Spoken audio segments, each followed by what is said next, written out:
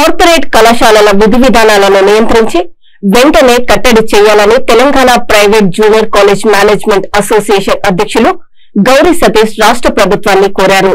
హైదరాబాద్ బాగ్లింగంపల్లిలోని సుందరయ్య విజ్ఞాన కేంద్రంలో Telangana private junior కళాశాలల యాజమాన్యం సంఘం సర్వసభ్య సమావేశం నిర్వహించారు.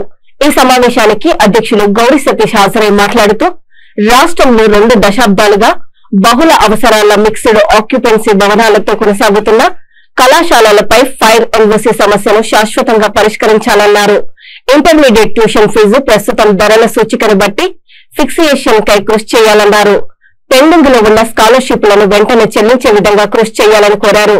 అలాగే కార్పొరేట్ కళాశాలల విధి విధానాలను నియంత్రించి నియమావళి ఏర్పాటు చేసి వాటిని కట్టడి చేయాలని డిమాండ్ చేశారు. ఈ సమావేశంలో గౌరవ అధ్యక్షులు వరదారెడ్డి, జనరల్ సెక్రటరీ గౌరవ తిరుపతి రెడ్డి, కోర్ కమిటీ సభ్యులు నరేందర్ రెడ్డి తదితర నాయకులు పాల్గొన్నారు.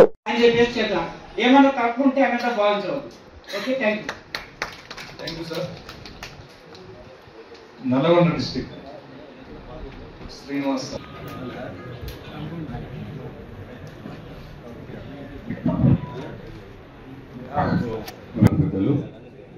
సో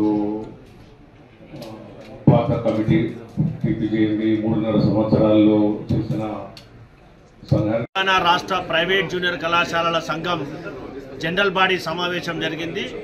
రాష్ట్రంలో ఉన్నటువంటి 10 జిల్లాల్లో ఉన్నటువంటి నిరుద్యోగ పట్టభద్రులు ఏర్పాటు చేసుకున్నటువంటి కళాశాలల సంఘ యాజమాన్య సభ్యులందరూ కూడా ఈ కార్యక్రమానికి పాల్పంచుకోవడం జరిగింది.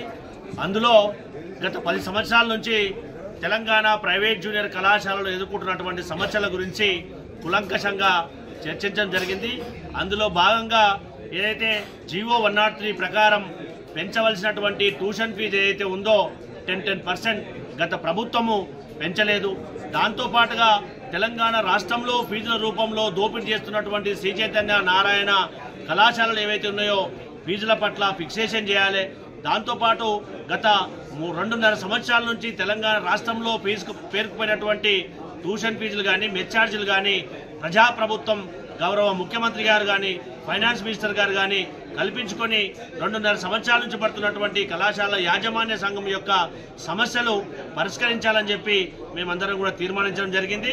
ఖచ్చితంగా మేము కూడా ఆశిస్తూ ఉన్నాం. తెలంగాణ రాష్ట్రంలో ఏర్పడినటువంటి ప్రజాప్రభుత్వం గౌరవ రేవంత్ రెడ్డి గారు, గౌరవ ముఖ్యమంత్రి గారు మా సమస్యలను పరిష్కరించి మమ్మల్ని ఆదుకుంటారని చెప్పి మేము ఆశాభావాన్ని వ్యక్తం చేస్తూ ఉన్నాం.